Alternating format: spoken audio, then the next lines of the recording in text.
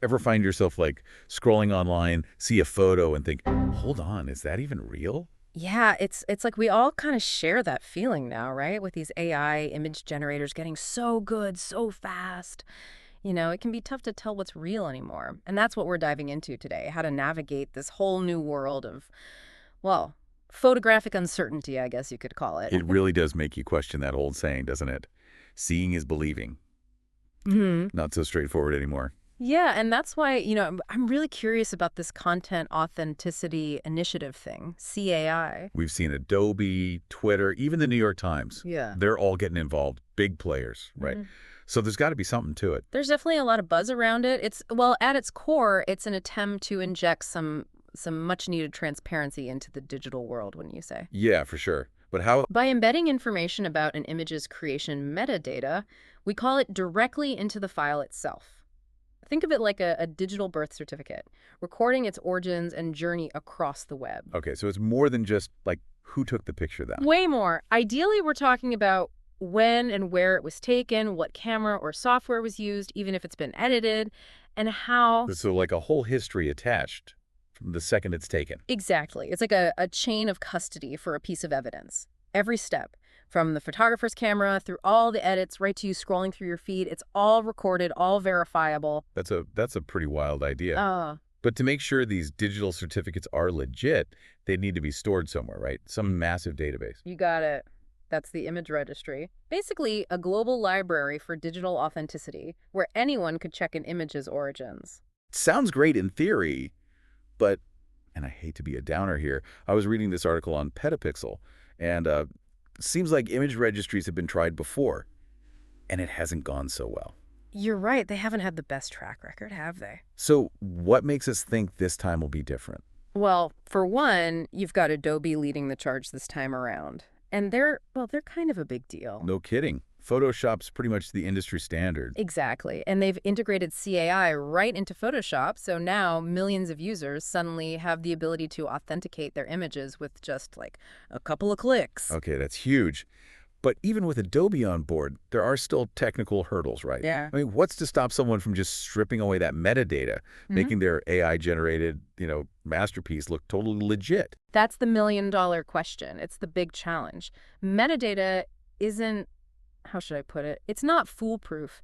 It's essentially extra data attached to a file. And while there are ways to embed it more securely, someone who really wants to, they could potentially remove it, manipulate it.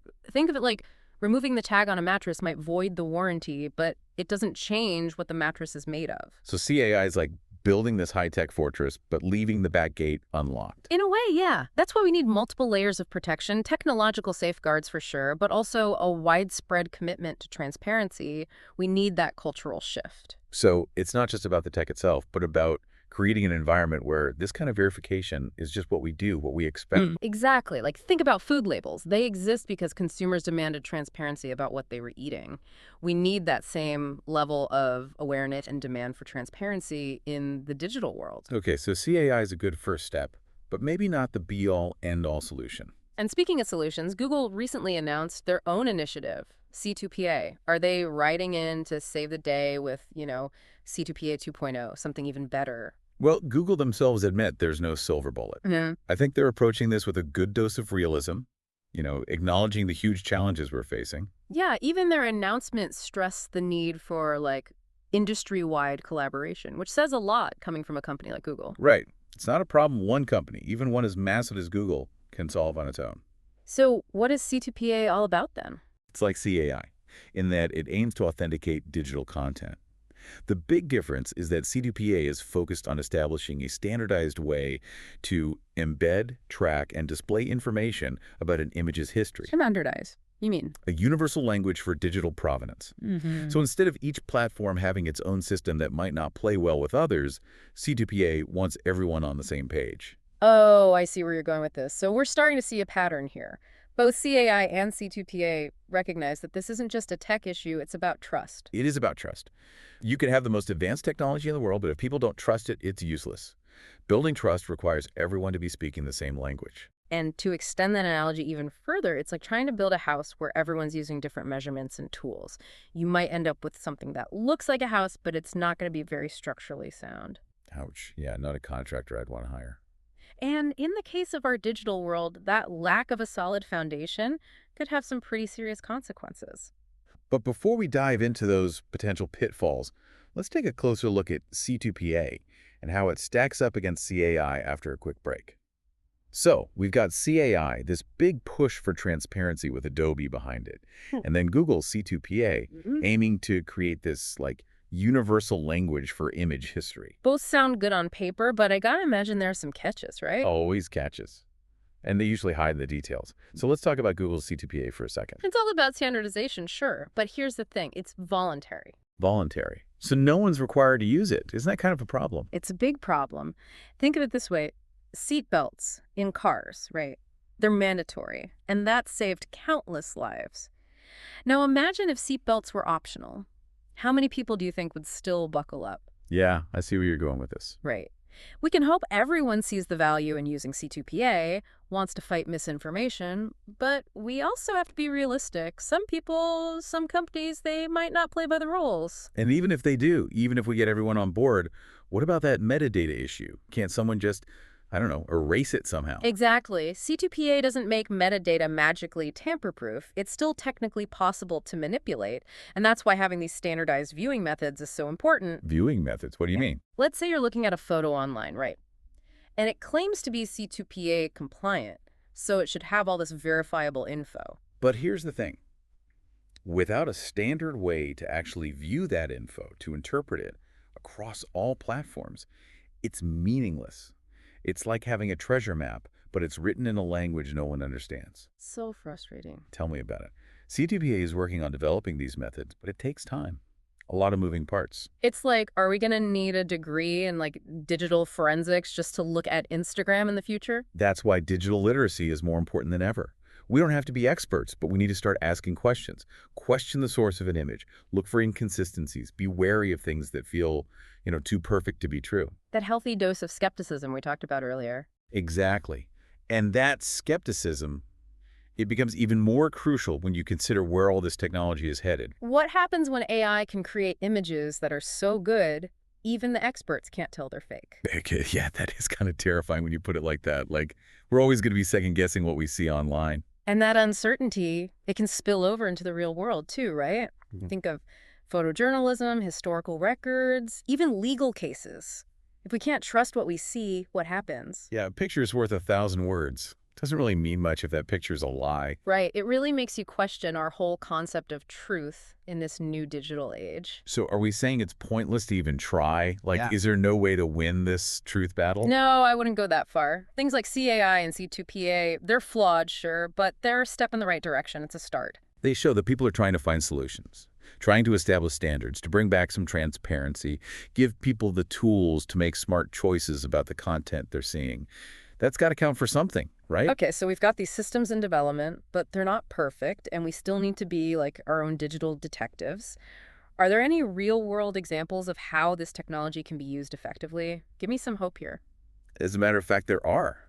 Our friends at Reuters have been doing some really interesting work with this tech through a project called Starling. Starling. Okay, tell me more. Back in 2021, they partnered up with the USC Shoah Foundation and Stanford to document the presidential transition using CAI. Wow, that's a pretty significant event to document. Right, and they wanted to create a record of it that couldn't be tampered with. No chance of manipulation or distortion. So they attached these digital certificates to photos taken during the transition. What was the impact of that? It proved that this technology can be used to preserve historical accuracy. Those photos, because they have that verifiable metadata, they become more than just pictures. They're trusted records of a specific moment in time. That's actually a really good point. In a world where anyone can manipulate images so easily, having that rock-solid proof of origin is huge. Right. It's like the difference between a handwritten diary entry and a carefully edited autobiography. Both can be insightful, but that diary, that's raw, unfiltered authenticity. So we're talking about bringing that level of authenticity to the digital world. Think of it like giving every image its own digital diary entry. I like that. But just like with a diary, I'm guessing the value of that authenticity depends on who's reading it, how they interpret it, what they do with that information. Exactly. Context is everything. So even with all these fancy tools and tech, it still comes down to us, to our judgment. We can't just rely on algorithms to tell us what's true and what's not, can we? That's right. Technology can help, for sure. But ultimately, we have to be responsible for our own digital lives, for the information we consume and share. Which brings us back to digital literacy. If we want to survive, even thrive, in this age of AI-generated everything, we need to be skeptical, discerning. And that means more than just spotting a Photoshop fail or a deepfake video. It's about understanding why an image was created in the first place.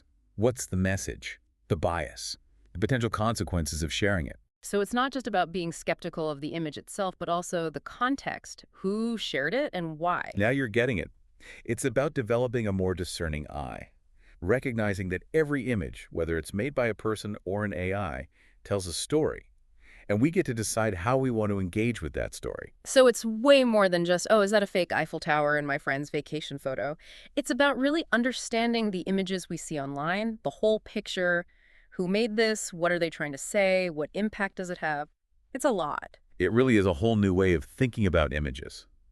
You know, instead of just passively consuming, we had to be active, engaged, almost like, Digital detectives. I kind of like that. right, looking for clues, asking tough questions. And sometimes those clues aren't even in the image itself, but the context around it.